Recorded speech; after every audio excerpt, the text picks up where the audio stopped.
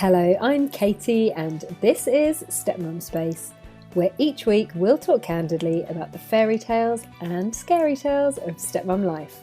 So whether you've been a stepmum for years, you're just starting out, or you want to understand the stepmum in your life a little bit better, this is the place for you. Now my guest today is Tim. Yes, I have allowed a man on the show. When Tim got in touch with me, I was really impressed by his openness and his willingness to self-reflect. He told me pretty much straight off the bat that he was a recovering Disney dad. So I thought you'd like to hear what he had to say. I hope you enjoy the conversation. So Tim, thank you so much for joining me today. I was so happy when you got in touch with me because I do know that there's a lot of women out there who listen with their partners or whose partners also listen and get a really interesting insight to kind of life as a stepmom. And I think sometimes there are things that we want to talk about with our partners, but when it's your own family, it can be so emotionally triggering. So I was really happy when you got in touch and said, hey, I'm a dad. I'm married to a stepmom. You also had a stepmom growing up. So a really interesting side to things. So why don't you just start by telling us a little bit about your family when you were younger and how you came to have a stepmom? Yeah, sure. Hi. Feels a long time ago. So I'm one of three. I've got an older sister and a younger brother. And about the age of 12, my parents separated. And as normally happens, like the kids stayed with my mum. And that was, you kind of just, you go along with it. It's what it is. And then probably after about a year, I can look back now as an adult and probably articulate it better than I could as a 12, 13-year-old boy. But I just got a sense of like, you know what? I think it'd be better if I went to live with my dad. And what was my stepmom? What is my stepmom? She still is. They've been happily married for many, many, many years. And was your parents' breakup fairly amicable?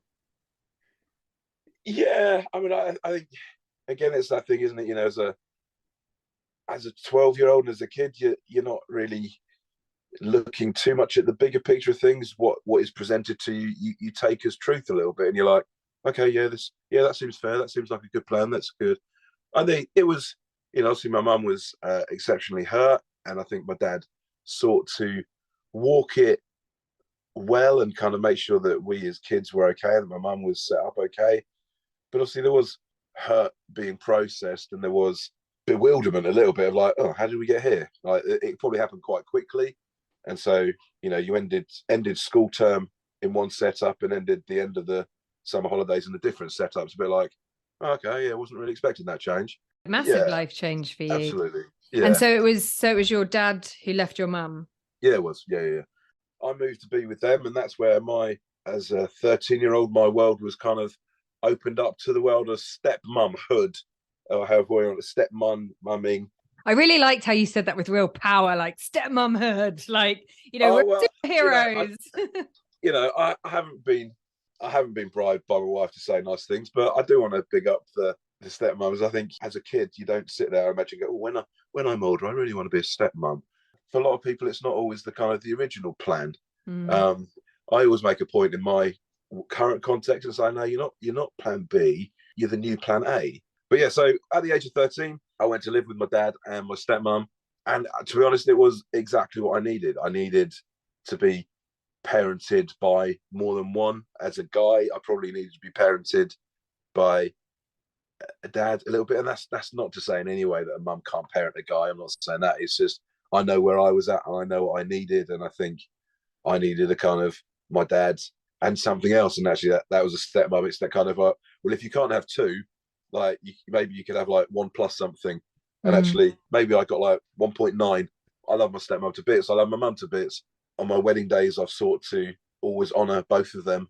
On my recent marriage, my mum, my stepmom and my wife's mum all signed the registry marriage certificate because we wanted to be like, these are the women who have impacted our lives. Because when I subsequently got married again, I wanted to be clear at that point. It's like, stepmums are to be held in this kind of high regard as things. So yeah, like amazing. Made me feel quite emotional when you were talking about them all signing the register then. I think sometimes it's just being deliberate about making a statement that says, no, this is what we want to do. I think sometimes stepmums just by nature end up graciously taking a bit of a back seat and going, okay, all right. But sometimes I think where appropriate, it's about pushing forward to be like, no, let's recognise, let's go. You're worthy of praise here. Like, you should be recognised and thanked. And so that was just one little thing we did in our wedding of saying, look, you've been a big part of my life. I want to recognise this. And I think a lot of the child's, and in your case, obviously adults' relationship with a stepmum is kind of defined by how the mum views the stepmum and the explicit or implicit permission that the mum gives the child to form a relationship with a stepmom. Yeah. So when you decided to move in with your dad, how did your mum take that, and how was your relationship with her kind of subsequently? I think it's one of those things that when I talked about it with my dad, and kind of in later years, he reflected back and kind of said, well, actually, your mum was like, oh, well, I thought that might happen. Not in a kind of like, oh, well, obviously he's going to go with you, but just the kind of like, yeah, I think that might be best. As a parent now, I often say, you know what, this is the first time I've ever parented a 13-year-old girl, and so I'm not going to get it all right. And so I look back now and can be like, that was the first time she'd ever parented a 13-year-old boy. Let's give her a bit of grace. And actually, there was so much going on in her world. Obviously, she had just separated from her husband, and she'd just started a new job, which as a primary school teacher, which kind of threw all of her life into that. So I think, as a parent, you want what's best for your kids. And sometimes, and I think she would accept in this moment, it's like, actually, the best thing for me in that moment was to go and live with my dad and my stepmom. It's what I needed in that moment. And so as a 13-year-old boy, I was probably a little bit selfish about it. And I was like, well, no, it's about me, innit? Like, I've got to look after me. And I think, maybe I didn't walk it so well as a kid, and kind of, I didn't really consider at the time the impact it had on my mum.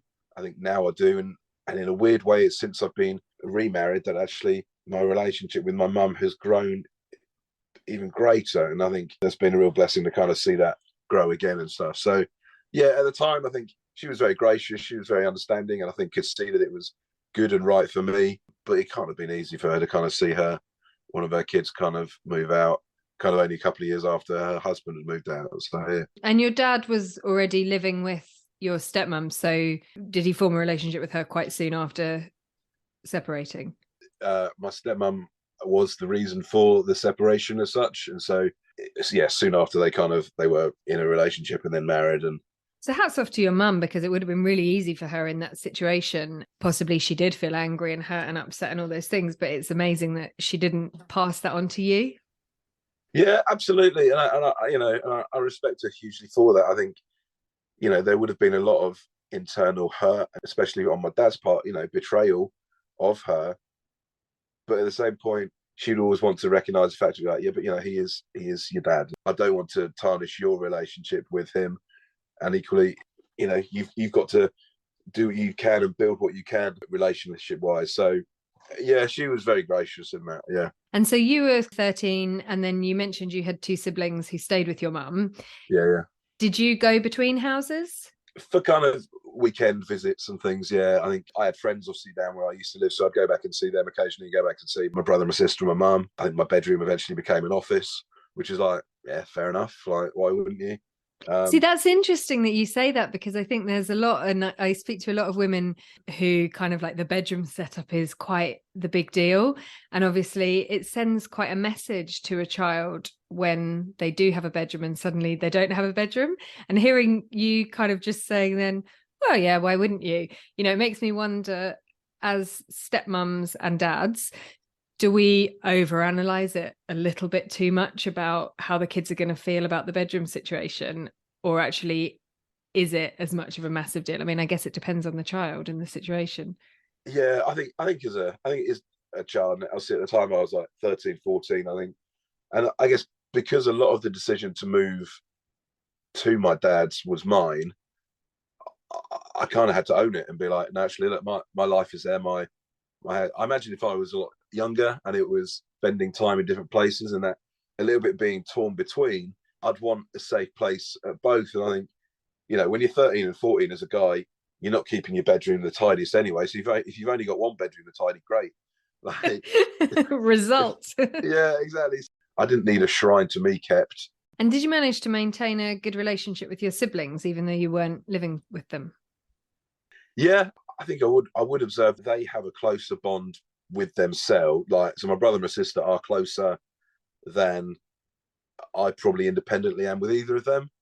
But then, as life has gone through different seasons and things, and obviously they moved out and have their own lives and own worlds, you grow new relationships in those ways. The flip side of it is that I have the closest relationships with my three stepsisters, they're probably like a bit older. So I think my youngest stepsister is probably 50, so like 7 or 8 years older than me. I have more relationship with that side and with their kids and my daughter's friends with, like, you can get really is it a step cousin or is it like I don't know, we talk about that. I just call them cousins because exactly. I'm like, I can't cope. It's like, it's a cousin. When it gets to that point, it's like, no, you've got 50 cousins, just own it, what they technically are. And that works well. And so yeah, it did affect my relationship with my brother and sister. And in hindsight, I look back and go, well, if I'd known that then, would I have done it? And I still maintain that actually what I needed for me was to go and live with my dad and my stepmom, because that gave me the security and kind of foundations to do teenage and then GCSEs and things from. So. And you mentioned that you had three stepsisters. So when you moved in with your dad and stepmom, were they also living in the house at the time? No, they'd all moved out by then. So there was never any weird dynamic of that. They were, because they're a little bit older. So I think my closest stepsister in age, she had moved out. It was almost as if she moved out and a room became available, and I'm like, oh well, I could have this. There was no crossover. We see each other, but even then, it's weird. Like, as a 13-year-old boy, you don't really know how to relate to kind of 20-year-old plus women. Like, it's a strange world, isn't it? So they weren't really sisters at that point. They were just kind of almost, I don't want to say aunties, but just kind of older family women, let's say. We call them a cousin. Let's call everyone a cousin. Throw them in. No, throw them in. So I had 3 older cousins who now I call my sisters. Right. Yeah, so I'm sure there's a documentary about that sort of stuff. Oh, exactly. Yeah, for sure. It's interesting because when I talk to women about those different age gaps, and you think, well, will we grow up close? Well, we won't. And so little of it seems to be defined by genders or age gaps. It's just whether you click and whether, I think, the parents facilitate that relationship. So I know with my first son, he's nearly 13, and the children that I had in my second marriage are 6 and 5. And I never really thought the two boys would necessarily be that close. And now they're sort of 6 and 12, and they go and play football in the garden for hours. Like, nice. They love it. And sort of watch it and just think, oh, I'm so lucky, because that was always my worry, that my older one would be like, oh, who are these little jokers? And I'm sure he does feel like that sometimes as well, but also there is that closeness. So yeah, it's really nice. And I think it comes down to values. I think it's and it might just be as simple as, as a 12-year-old and 6-year-old boy, you value playing football in the garden. And actually it's like, oh, me too. And it's like, great. So we do that, and that's what you do. I think for me, with like one of my stepsisters, our values of how we want to do life and how we parent and what we believe are very similar. And so actually our relationship is now built on that. And so we hang out, and it's like, yeah, I get it. I understand it. And it is always weird, chatting. It's like, I'll say, my dad and your mum, and she'll be like, yeah, my mum and your dad. And it's like, but yeah, it's what you value that brings you together. So yeah, I look at the relationship that my youngest stepdaughter and my eldest son have, and obviously they're not biologically related at all, but my son's told me independently she's really cool. Like, most girls are really annoying, but she's actually really cool, and I know she kind of gets on with him well. So it's really nice to see, because you never know. And I think, we've had our fair share of challenges in our relationship, but our kids have always got on well, which has made it so much easier. So I'm interested in, obviously, when you moved in with your dad and stepmom, your stepmom's kids had flown the nest. People always say to stepmoms, and God, it makes us want to stab the person in front of us. That's a joke, by the way. You knew what you were getting into. So your stepmom obviously knew she was getting into a relationship with a guy with 3 kids. She possibly didn't expect one of them to end up living there full time when her kids have already flown the nest. So how was she with that when you moved in? firstly, yeah, I think that's nonsense that you know what you're getting into, even if you have some premonition of what it might be like. From what I've learned and experienced and what I'm living now, it's completely different. It is a different world. It is a different mindset. It's like you've been juggling balls and now you've got to juggle a pineapple as well. And it's different. And suddenly something can catch you and be like, I wasn't expecting it to be like that. What? She was extremely gracious. I think one of the things I've always commented is that her compassion and empathy shown towards me was unsurpassed. She had parented her three girls. She knew how to parent and parent well. And, this was the first time she had to parent a 13-year-old boy that wasn't hers. I probably smelt a bit and was a bit like, it wasn't fun to have around, but she was just extremely gracious and loving. I imagine because, you peer behind the curtain when you're a grown up, don't you? That behind the scenes, she would probably be going to my dad, can you just give him a slap?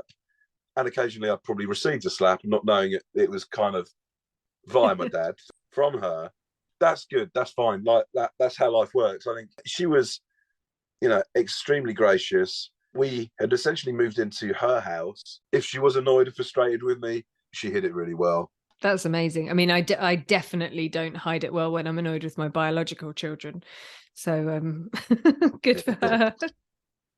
There's only so many times that you can smile when your kids go Megs when they kick a football through your feet. Yeah. Honestly, anything, like we don't have footballs in the house, but anything that they can find that will roll or whatever. If I'm cooking dinner, the two of them will like watch me and they'll be like, yes, do it, Megs. And like the first few times it's funny. And then I'm like, darlings, can you stop this, please? It's all good fun though, eh? Love it. So amazing that you had that experience growing up. And I think, brilliant that your mum was able to encourage that relationship and give you permission to have that. And I think the fact that you had them both there on your wedding doing such an important job speaks volumes for them both, and you and your dad. So obviously that shaped your view of stepmothers growing up. Tell us a little bit about how you came to be in a situation where your child had a stepmom.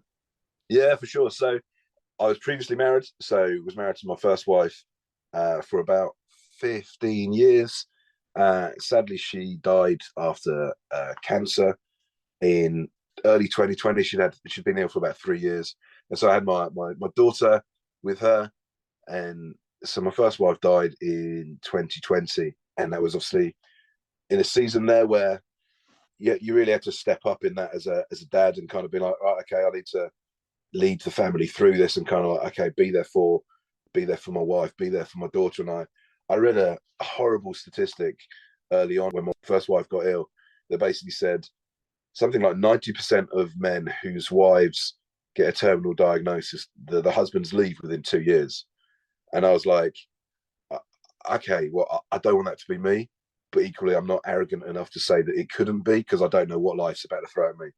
And so I threw myself into counselling and said, look, I've got to make sure I'm okay. I've got to make sure that I'm not about to unravel and hurt my first wife and hurt my daughter. So I threw myself into counselling and threw myself into just kind of making sure that I referred to it at this time as reading the next chapter before we got there. So when my first wife was ill, I wanted to know what might happen next, what could happen next. And, as it progressed and as she kind of moved closer to death, I'd read up on lots of things about, okay, well, what actually happens when someone dies and all these things, and, read lots of things so that when we got there, it wasn't kind of like, oh crap, what's happening? I'm like, okay, we're here, we're there.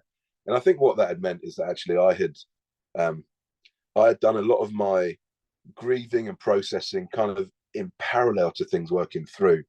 And so when my first wife died, I remember saying to my daughter that morning, it was that kind of, for a few months we'd been holding our breath, kind of going, hey.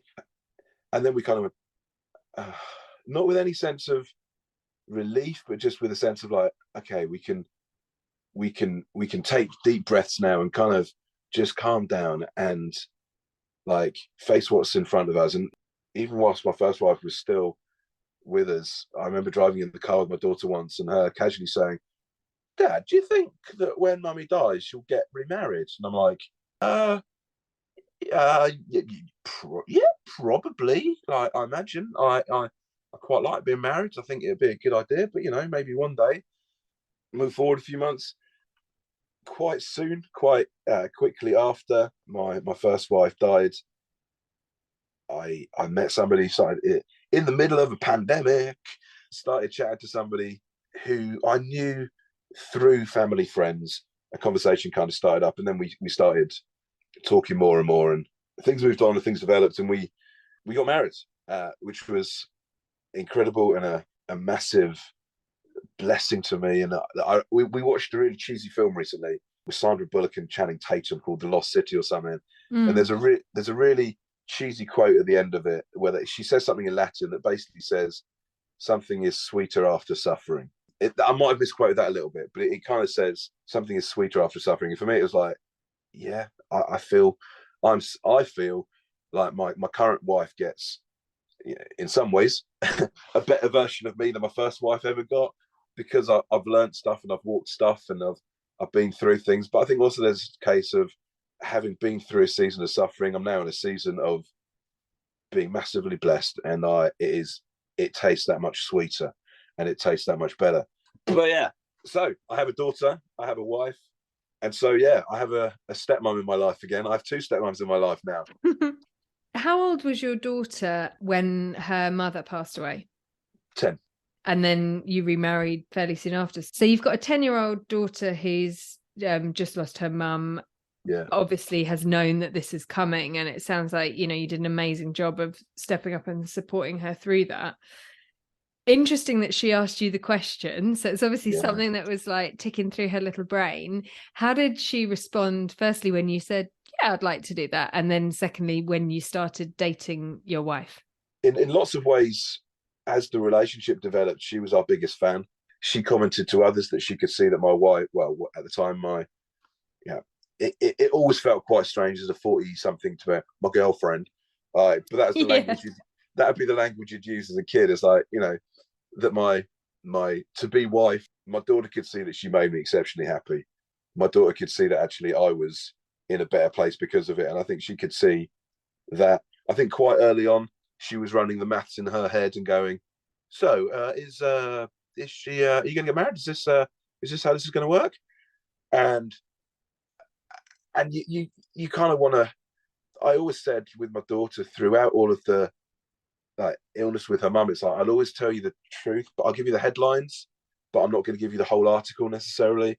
And so I'd never ruled anything out, and I said, yeah, there's a chance we could get married, but you'll be the second person to know. Like, I mean, you won't be the first person to know. You'll be the second person to know, because that's kind of the way it needs to be. And so she was always a big fan. I think quite early on, we, as much as I can use language at the time to say, we're never gonna. Your mum dying is obviously going to leave a huge, massive hole that we're never going to fill.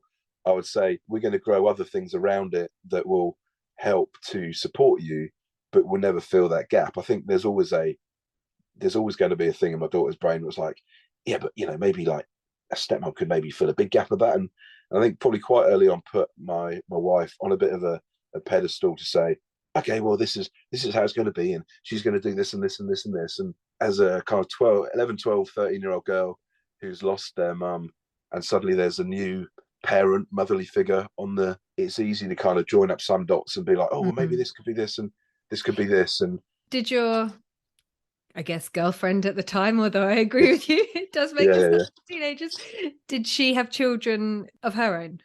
No, she didn't. No, so the whole kind of parenting thing was a new thing. I don't think at any point did she sit around as a kid going, oh yeah, I think my life plan will be actually what I'll do is, again, I'll when I grow up I want to be a stepmom.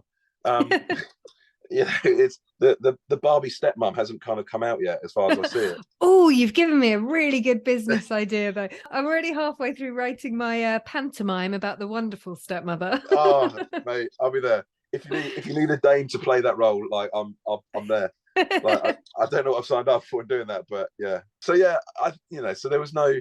My wife was extremely gracious. I mean, she was like, actually, I married you, and I wanted to be with you. I think for her as well, there's certain power dynamics that are sometimes need to be broken and sometimes need to be established differently. I think I was always very clear when my first wife had died, and when it was dad and daughter and girlfriend, I was having to say, at the moment, my daughter is my priority, because we might not happen, we might not get married. So my daughter has to be my priority.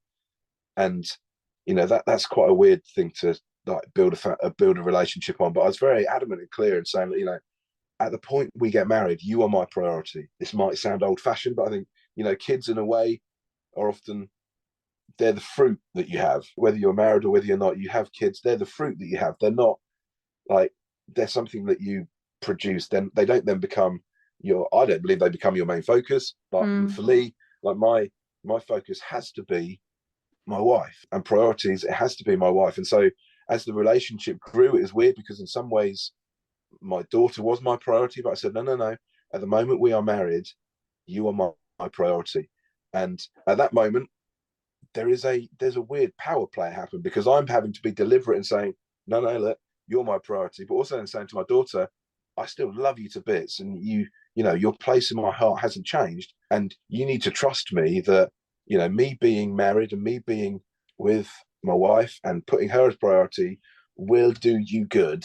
And we will be able to together parent you better if I put us as number one and you as number two. That does sound like it makes sense, but it sounds like quite a sudden shift. So for your Yes. wife to kind of be thinking, okay, well, I'm going to be engaged to this guy, he's telling me it's going to be like this, but I don't know that. And then for your daughter, things kind of changing perhaps quite a bit when you guys got married.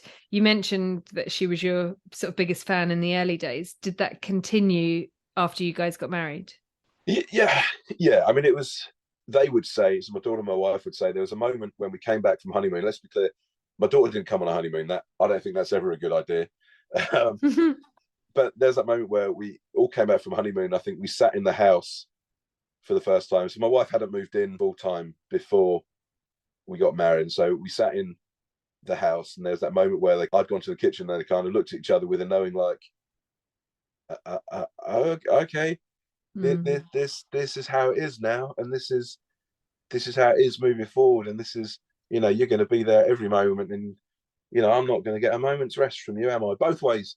And at that point, they needed to build a new dynamic and a new relationship. And I think at this point, hands up, I think I probably took my foot off the gas a little bit at that point. I know you're recording it, but the viewers won't see the camera. I would stare down the camera at this point and said, hi, my name's Tim, and I am a Disney dad. I think that sentiment to say, and I've only realised some of this recently, and I think, and I thank and appreciate people like yourselves who have shone light on the world that we live in. I think for me, with my daughter, having parented her through, not glamming it up, and I'm not looking for sin, but having parented her through some of the darkest moments you can do as a parent, of having to tell your daughter your mum's got cancer, having to tell your daughter your mum's gonna die, having to tell your daughter, like, go and pick her up and be like, your mum's died. You're kind of like, I'm kind of done with this now. I'm done with telling her the bad stuff. Why didn't I just tell you the good stuff? Why didn't I just sing and dance and make a song about it? You're properly auditioning for this Dame role now. You're showing me this voice, the singing, this canto. We've got until Christmas 23. I'm there. It'd be beautiful. But I think I definitely, because from quite early on, I was very much like, my wife is now your stepmom, and so we are going to parent you together. There are going to be some things that I will do. There are going to be some things, and let's be clear, because you're becoming a woman, and because I've now got a woman in the house, I'm going to take a big step out of, and you can go to her with it. And actually, that's great for you. I think what I did a lot of the time was I said, whilst behind the scenes and in our life, we would choose how we were going to parent, I would maybe defer some of that parenting to my wife. And we created a scenario where I was all smiles and jazz hands and giggles and, hey, isn't this great? Hey, I've got a wife and I've got a daughter and everything's fine. And they're like, yeah, great. And Mm. after a while, we reached the point where I'm like, they're struggling with this. Oh wait, as Taylor Swift would say, hi, it's me. Hi, I'm the problem. It's me. And that's me owning it and saying like, I need to step up here and be, I need to, yes, put my wife as priority, but also I need to be the parent who co-parents with my wife and Mm. step up and be the bad guy because, I've got many, many years of evidence and proof of my daughter seeing me and being like, well, I know that you love me and I know that you care for me. And so when you're making me clean up and re-clean up because I haven't done a good enough job, I know you love me, so it's fine. Whereas my wife and my daughter, they haven't got that it Yeah. sounds cheesy, like relational capital, that they haven't built that up to kind of say, we haven't built this yet. And so you're trying to put too much on us. Yeah. Yeah. And, it's so good to hear that, because obviously the classic line again, and I don't believe in this, and having had a child psychologist on the show who says don't believe in it, I feel more comfortable saying that. But people will often say, treat all the kids the same. And in a lot of situations, when there are kids from sort of previous marriages and then kids from other previous marriages, I know in my situation, I couldn't treat my son and my stepdaughters the same, because I could say things to my son that probably sounded pretty harsh, like clean your room, it absolutely stinks, come on, get back in there and do it properly. Yeah. And he can take that.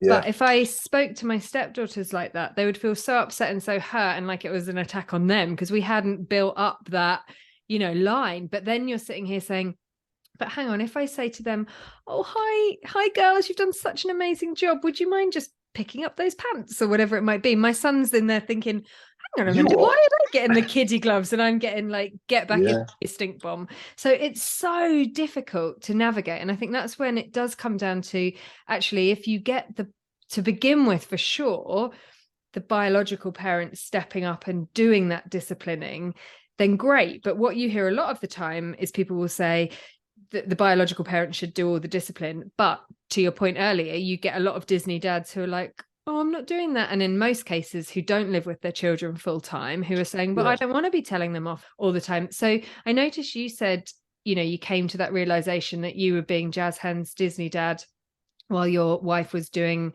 the rough end of parenting. Yeah.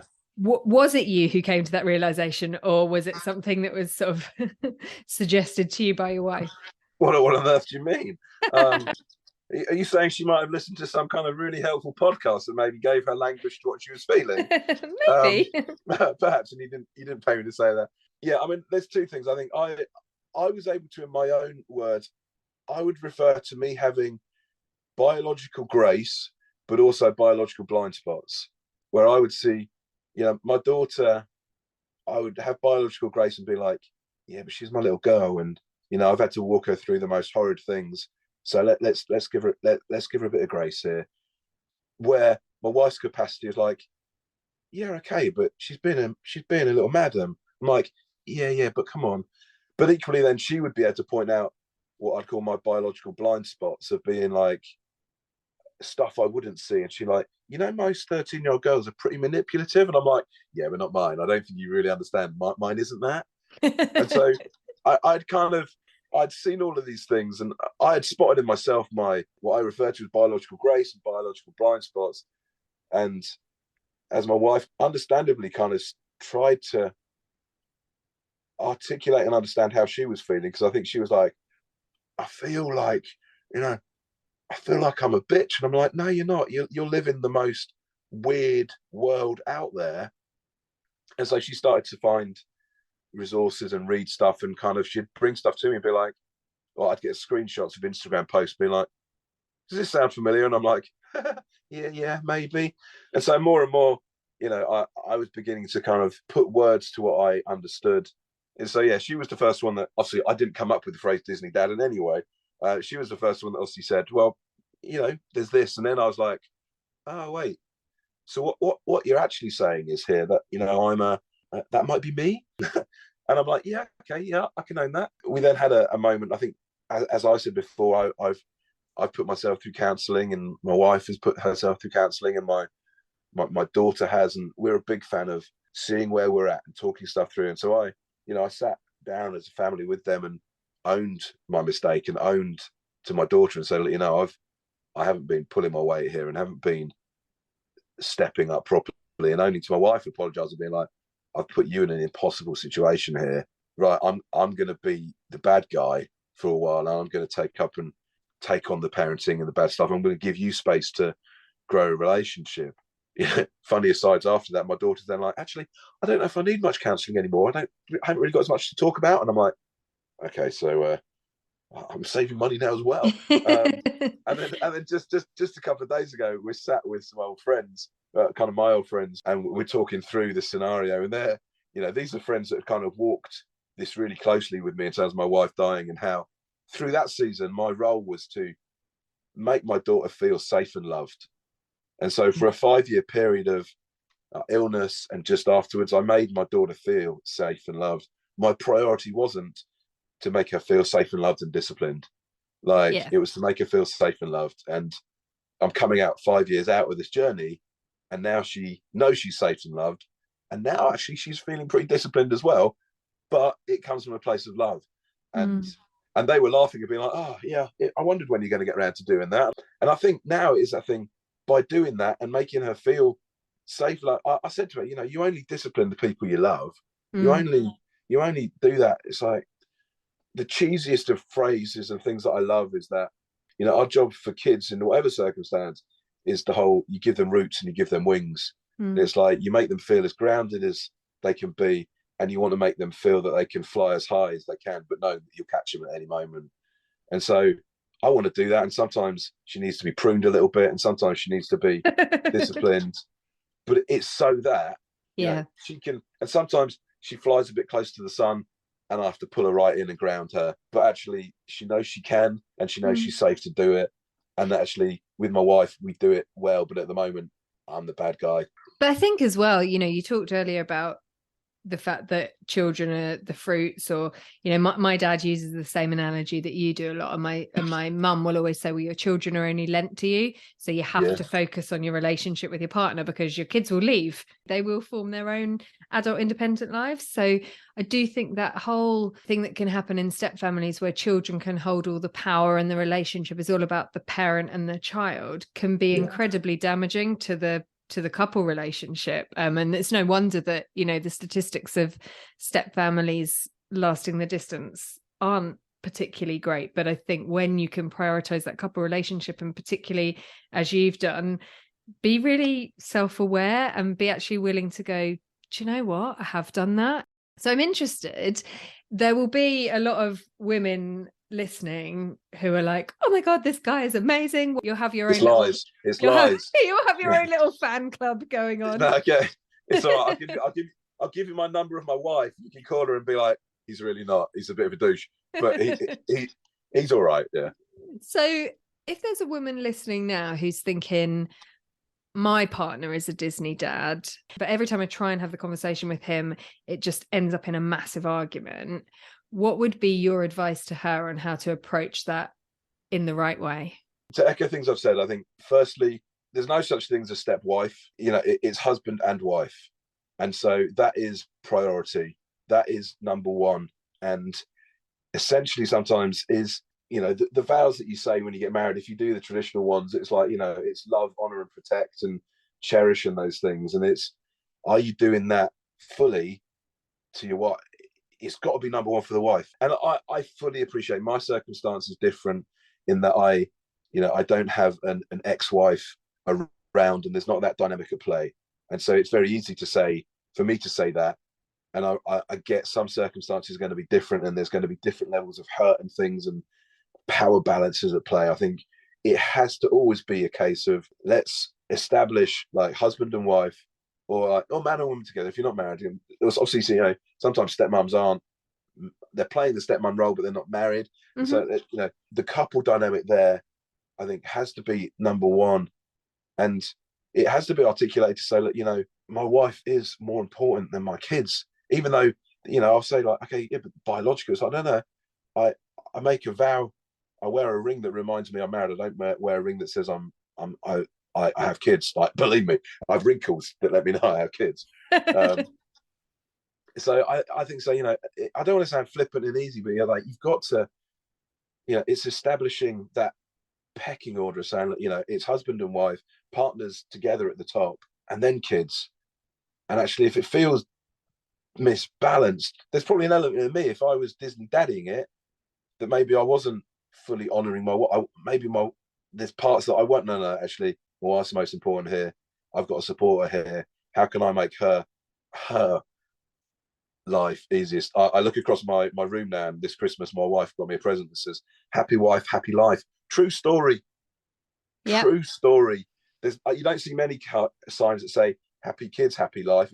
That's not always the easiest thing to do, but I think it's not about always stepping up. Sometimes it's about like stepping down and being like, okay, no, I need to humble myself a little bit here and be like, okay, I got that wrong. Like I got that right, and being okay to say, can I do this better? And what about to the dads? Because as you mentioned, your situation's different to most step family situations in that your daughter's with you 100% of the time. But I hear from a lot of women who will say, oh, my partner or my husband is so afraid that his child will turn around and not come to ours because they get disciplined, whereas at mum's, they might not. How do you think a dad can handle that situation of balancing the love with the discipline? Yeah, it's what you model. It's what you, as a dad. I saw a cheesy picture on Facebook years ago. It said, the best thing a dad can do for his kids is to love their mum. And I remember commenting at a time going, well, yeah, but that's a little bit awkward in my situation, because actually it's more important that my dad loves his current wife, not my mum. But there is that thing of like, the most important thing for a husband to do, or the man to do, is to love the woman he's with, and to establish a relationship there of loving, honoring, cherishing, protecting. Because if he does that, that's what the kid will see, that as well, and see actually that that model of like saying, I'm going to make you feel safe, I'm going to make you feel loved, I'm going to make you laugh because that's what dads try and do, but also I'm disciplining you because I love you, and explaining consequences and what they are. And I know this can be horribly difficult if you've only got your kid for like one day a week. You want to give them that full Disney experience in a day, but I think it's talking it through beforehand. And so my daughter now knows if certain things happen, this will be the consequence. So it's not a consequence reactive in the moment that can sometimes then be a bit irrational and almost anger driven, of like, oh, you've done this, you can't have your phone or whatever it is, or I'm taking away your PS, whatever. It's saying, okay, well, look, this is the freedom I'm going to give you, but actually if you step over this is going to be the consequence, and outlining that, and they'll be like, okay, these are the boundaries. I feel safe. I feel loved. I can play as much as I want within this. If I step out of it, I'm going to get pulled back into this.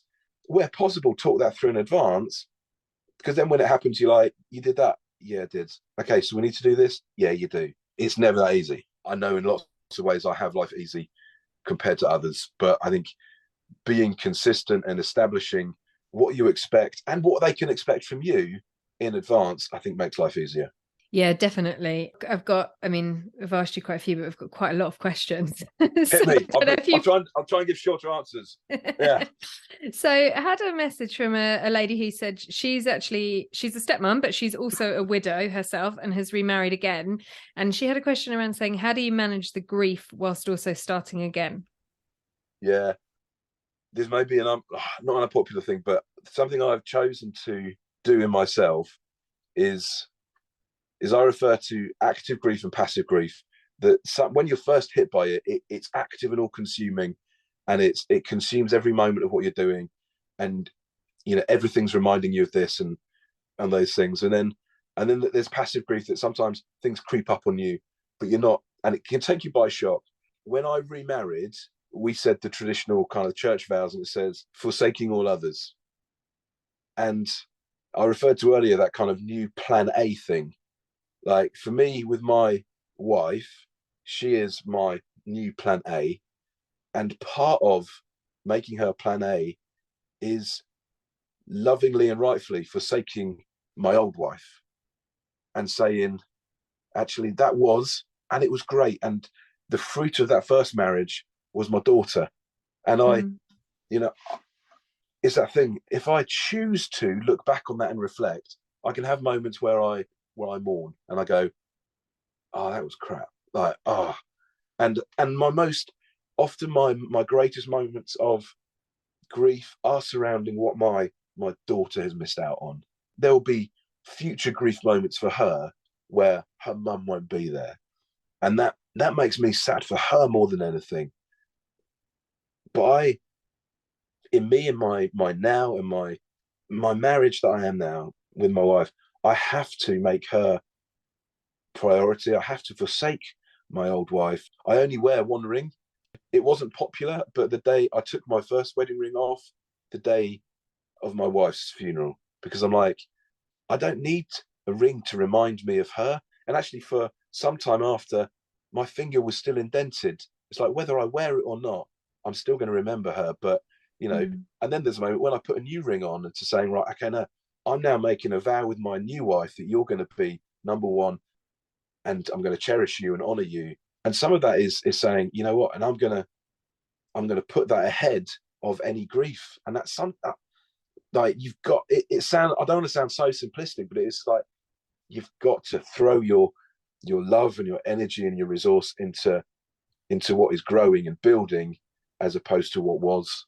And that's not to demean what I had, and that's not to forget what I had and be like it wasn't anything. It was great, it was a happy marriage, but it was, and I'm now in what is. And I've got to focus on what is. Otherwise you're not. You've got to be present and in the moment in that. Yeah, I read something the other day that was talking about there's no point in focusing on the past because that's not the direction you're heading in. Hakuna Matata. What a wonderful phrase. Yeah. So somebody else wanted to know, how do you help your wife understand the boundaries within which you want her to parent? Can I just check? Did my wife ask any of these questions? No, check. No.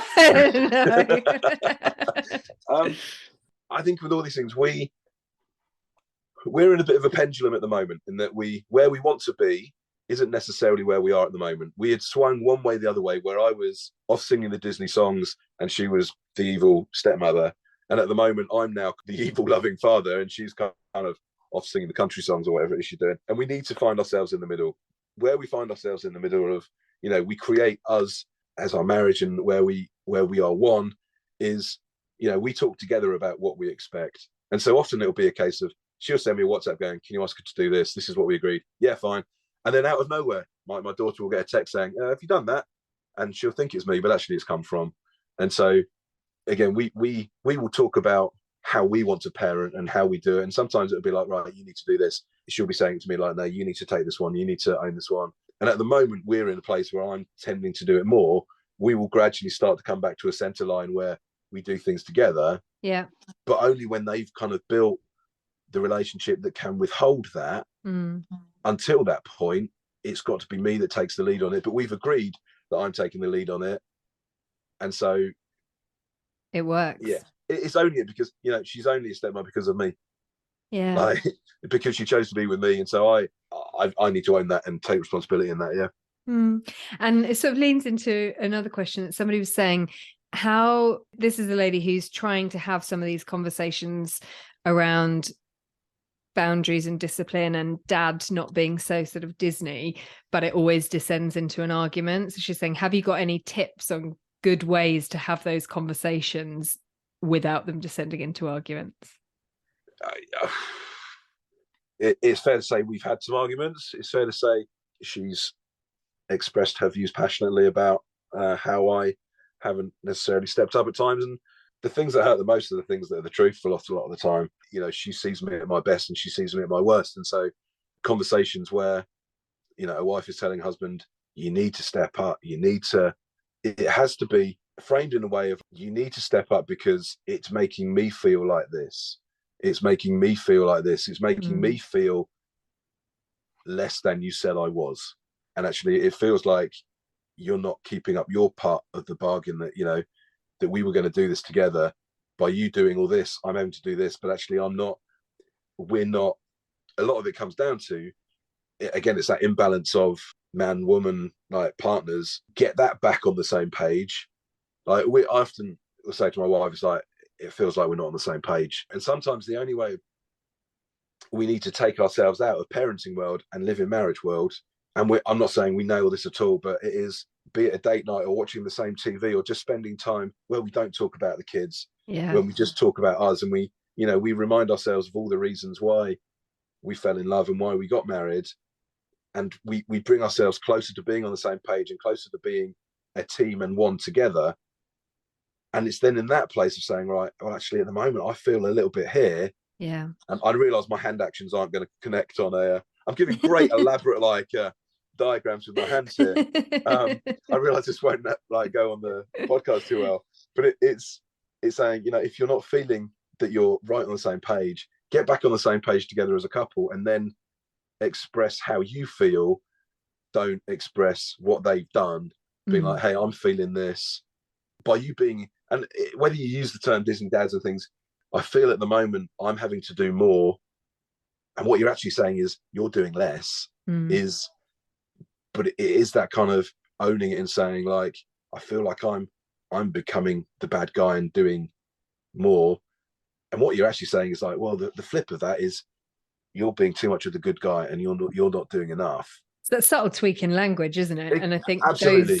But even... you've got to be on the same page to do that.